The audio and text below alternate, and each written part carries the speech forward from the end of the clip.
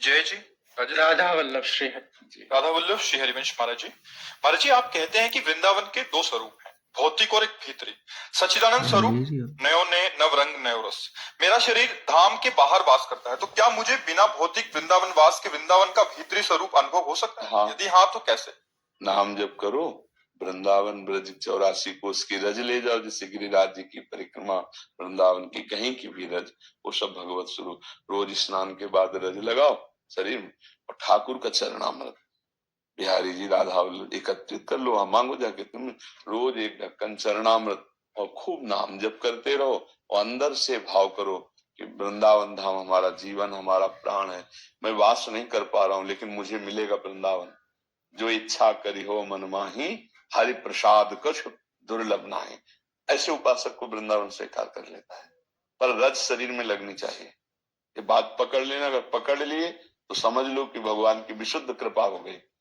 नहीं तो केवल सुनने मात्र से बात नहीं बनती, सुन के उसको आचरण में रोज वृंदावन की शरीर में रज लगावे, चरणामृत पिए। चरणामृत बहुत सामर्थ्यशाली है, समझ नहीं पा रहे लोग। अकाल मृत्यु हरणम सर्व व्याधि विनाशनम, श्री कृष्ण पादोदकम पीत्वा पुनर्जन्म न विद्यते। रोज चरणामृत पान करने वाला भगवत प्राप्त हो जाएगा।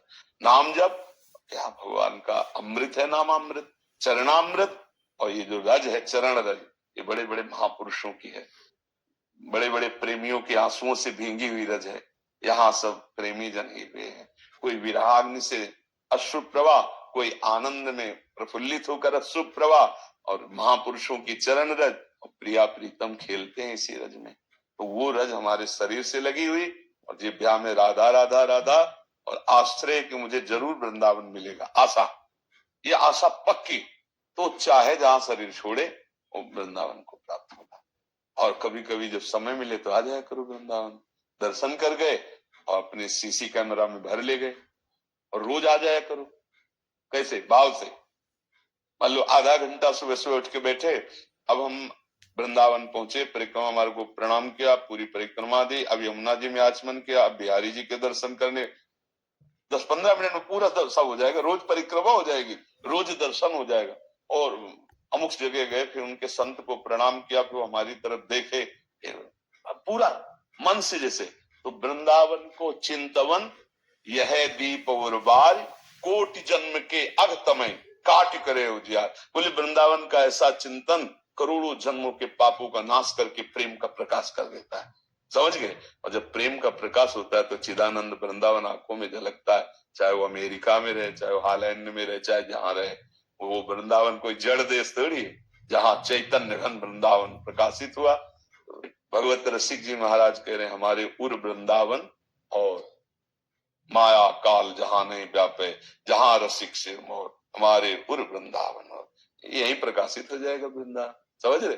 आपको नाम जप करो, रज लगाओ, चरणामृत पियो, और भगवत आश्रित होकर कर्तव्य कर्म करो।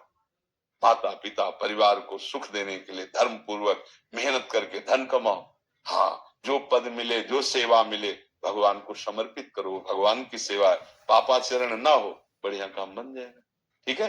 देखो गीता वाटिका गोरखपुर में है ना, वही वृंदावन का अनुभव राधा बाबा, भाई जी महाराज और भी महाभागवत जन कर जो किए, कर रहे और करते रहेंगे। तो वृंदावन की रज का सेवन हो। देखो वहां गिरिराज जी का स्थापन किया बाबा ने, रज रज वहां पड़ी हुई है, यहाँ की रज लेके सब।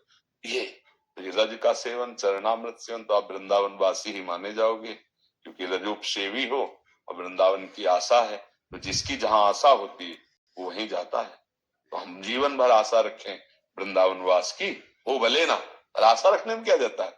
तो आशा पूरी कर देती है लाडली, जो पूरी कर देती है। जिनको वृंदा विपिन है, कृपा तिन्हीं की होए, वृंदावन में तबे तो रहन पाइए सोए। हम श्री किशोरी जी से आशा करते रहे